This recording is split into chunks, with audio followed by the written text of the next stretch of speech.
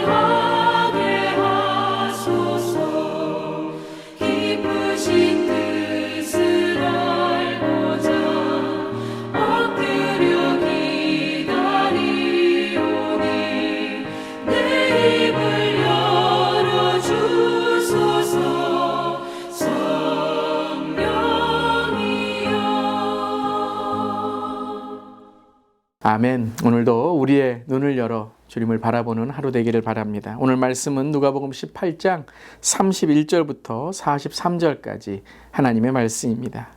예수께서 12제자를 데리시고 이르시되 보라, 우리가 예루살렘으로 올라가노니 선지자들을 통하여 기록된 모든 것이 인자에게 응하리라. 인자가 이방인들에게 넘겨져 희롱을 당하고 능욕을 당하고 침뱉음을 당하겠으며 그들은 채찍질하고 그를 죽일 것이나 그는 3일 만에 살아나리라 하시되 제자들이 이것을 하나도 깨닫지 못하였으니 그 말씀이 감추었으므로 그들이 그 이르신 바를 알지 못하였더라. 여리고에 가까이 가셨을 때에 한 맹인이 길가에 앉아 구걸하다가 무리가 지나감을 듣고 이 무슨 일이냐 물은데 그들이 나사렛 예수께서 지나가신다 하니 맹인이 외쳐 이르되 다윗의 자손 예수여 나를 불쌍히 여기소서 하거늘 앞서가는 자들이 그를 꾸짖어 잠잠하라 하되 그가 더욱 크게 소리질러 다윗의 자손이여 나를 불쌍히 여기소서 하는지라. 예수께서 머물러 서서 명하여 데려오라 하셨더니 그가 가까이 오매 물러 이르시되 내게 무엇을 하여 주기를 원하느냐 이르되 주여 보기를 원하나이다. 예수께서 그에게 이르시되 보라 내 믿음이 너를 구원하였느니라 하시매 곧 보게 되어 하나님께 영광을 돌리며 예수를 따르니 백성이 다 이를 보고 하나님을 찬양하니라. 아멘. 하나님의 말씀입니다. 하나님의 말씀에 감사합니다. 18장 31절부터 34절까지는 예수님께서 이제 고난받고 십자가에 죽으시는 그 구약 성경의 예언을 말씀하십니다. 예루살렘에 가까이 이르시자 이제 예수님은 왜 예루살렘에 가셔야 되는지, 그리고 어떤 예언이 성취되는지를 말씀하시게 됩니다. 이것은 우리가 앞서 보았던 예수님의 두 차례의 고난과 죽음과 부활에 대한 예고에 이어지는 세 번째의 말씀인 것이죠. 예수님께서는 이렇게 극박한 상황 속에서 또 이러한 유대인들과 또 서기관들과 유대 지도자들의 이러한 도전 속에서도 목적을 잃지 않으셨습니다. 용기를 잃지 않으셨습니다. 끝까지 왜 이 땅에 오셨는지 그 목적과 하나님 아버지의 뜻을 이루어 가시는 여정이었다는 것이죠. 우리의 삶도 그렇습니다. 때로는 어떤 어려움과 또 고난과 역경이 있을지라도 믿음으로 나아갈 때에 주님께서 우리를 인도하시는 그 길로 용기와 또 믿음을 갖고 나아가야 될 줄을 믿습니다. 오늘도 힘내시고 특별히 사순절에 주님과 끝까지 동행하는 우리 모두 되기를 바랍니다. 그런데 이것과는 달리 제자들은 어땠습니까? 제자들은 예수님의 말씀을 하나도 깨닫지 못하고 있었습니다. 그들의 무지였던 것이고, 그리고 그들의 마음속에 말씀을 드리려는 마음보다 예수님께 내 소원을 이루려고 했던 예수님께 그러한 삶의 모습, 그래서 예수님의 이 예언의 말씀을 깨닫지 못하고 감추어져 있었던 것이죠. 이 감추어져 있다는 것은 그들의 영적인 눈이 가려져 있다는 것입니다. 그러나 예수님께서는 때가 되면 그들이 깨달을 것을 알고 계시고 끝까지 제자들에게 말씀을 전하셨습니다. 이것이 은혜인 것입니다. 바로 주님께서는 우리에게 깨달을 때를 믿어주시고 또 그 믿어주신 것을 통해서 이제 마지막 제자들이 또 성령을 통해 깨닫고 주님의 귀한 그런 사명을 감당하는 것을 볼 수 있게 되는 것입니다. 오늘 저에게도 감동이 되고 또 위로가 되는 것은 말씀을 전할 때에 이 믿음이 있어야 된다는 것이죠. 내 힘이나 그리고 어떠한 상황이 아니라 예수님께서 은혜를 주심으로 또 성령의 도우심으로 말씀이 깨달아져야 된다는 것입니다. 주님, 오늘도 이 성령의 은혜가 우리 교회에 또 이 매일 큐티에 임하기를 바랍니다. 그래서 지혜와 계시의 영을 통해서 우리의 눈이 열어지고 영안이 열어지고 특별히 우리가 세상에 묶여있는 것들이 십자가에 못 박혀 정말 이 땅에 있는 것을 넘어 천국을 바라보는 우리 모두 되기를 이 시간에 영안이 열릴지어다. 아멘. 그것은 바로 무엇입니까? 말씀을 깨닫고 말씀을 붙드는 것이죠. 이러한 믿음으로 나아갈 때에 우리는 지금 이해할 수 없는 상황일지라도 예수님의 주시는 믿음과 용기로 이겨나갈 때에 끝내는 부활하신 주님을 만나는 우리를 구원하신 주님의 은혜를 경험하는 우리 모두가 될 줄을 믿습니다. 자, 이러한 제자들의 깨닫지 못한 모습에 이어서 18장 35절, 43절까지는 35절부터 43절까지는 여리고에 가까이 가셨을 때 한 맹인을 만나는 장면이 나옵니다. 그런데 이 시각 장애우의 고백이 정말 예수님을 올바로 알고 있었던 고백이었습니다. 오늘 말씀을 보면 37절에 나사렛 예수가 지나가신다라고 이 시각 장애우에게 말했죠. 그런데 이 시각 장애우는 무엇이라고 고백합니까? 38절에 다윗의 자손 예수여. 그리고 사람들이 꾸짖을 때에 더 크게 소리질러 다윗의 자손 예수여 라고 고백합니다. 여러분, 다윗은 어디에서 어디에서 정말 이 하나님의 그 많은 사명을 감당하게 되었죠? 그렇죠. 베들레헴 그리고 예루살렘입니다. 그런데 나사렛 예수여라고 하고 있어요. 그런데 이 시각 장애우는 다윗의 자손이여라고 고백하고 있습니다.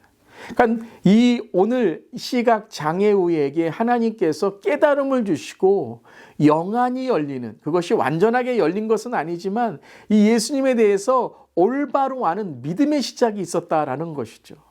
제자들은 예수님의 말씀을 듣고 깨닫지 못했지만 이 시각 장애우는, 그것도 여리고의 이방 땅에 살고 있던 이 시각 장애우는 예수님을 정확히 고백하고 끝까지 외치고 있었다라는 것입니다.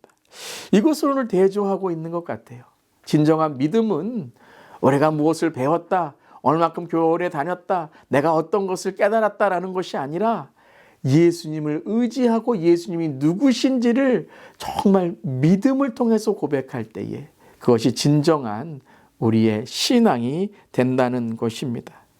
무지한 제자들의 모습, 하지만 여리고의 이 시각장애우는 메시아를 고백하고 그 예수님의 구원의 능력을 통해서 그가 보게 되었다. 자, 눈이 떠졌다. 영안이 열렸다. 그리고 그것을 통해서 구원을 받았다라고 오늘 선포하고 있습니다. 사랑하는 성도 여러분, 우리도 이 예수를 보기 원하며 그리고 말씀을 통해 우리의 영안이 열리기를 간절히 바라기를 바랍니다. 오늘 말씀에 이 묵상 에세이에 이런 글이 있습니다. 인생을 이해하는 방식이 중요한 이유가 여기에 있습니다. 그리스도인이라고 하면서도 자신이 원하는 방법과 시간에 맞춰 응답을 얻어내려고 한다면 우리는 하나님의 선하심을 알 수가 없습니다. 진정 하나님의 선하심을 경험하기 원한다면 먼저 하나님이 주시고자 하는 것을 반가운 마음으로 받아들이는 것부터 시작하십시오. 비록 그것이 우리가 아주 많이 원하지 않는 결과일지라도 말입니다. 우리의 원함이 무엇입니까? 주님 보기를 원합니다. 주님을 보기를 원합니다. 그때 우리의 영안이 열려서 진정한 주께 주시는 축복과 은혜와 사명과 그리고 전도의 그러한 삶의 은혜를 경험할 줄 믿습니다. 그럼 오늘 하루 되시기를 주님의 이름으로 축원하며 이 사순절에도 더욱더 십자가를 묵상하고 예수님이 이 땅에 오신 그 구원의 이유를 우리가 나눌 수 있기를 바랍니다. 기도하시겠습니다. 하나님, 길가에 앉아 구걸하던 시각장애우처럼 캄캄하고 비참한 제 삶을 크신 긍휼로 구원하시니 감사합니다. 저희의 또 우리의 영적 눈을 환히 밝히셔서 하나님의 뜻을 바라보게 하옵소서. 흔들림 없이 십자가 길을 가셨던 주님을 기쁘게 따르고 하나님께 영광을 돌리며 우리를 통해 많은 사람들이 하나님을 찬양하는 전도의 삶이 되게 하여 주시옵소서. 오늘도 우리 성도님들 위로하여 주시고 영안이 열리고 말씀을 읽을 때에 지혜와 계시형으로 깨닫고 오늘로 실천하며 살아가게 하여 주시옵소서. 주님 감사드리며 예수님의 이름으로 기도드리옵나이다. 아멘. 오늘도 사순절의 십자가와 동행하는 하루 되시기를 바랍니다. 아멘.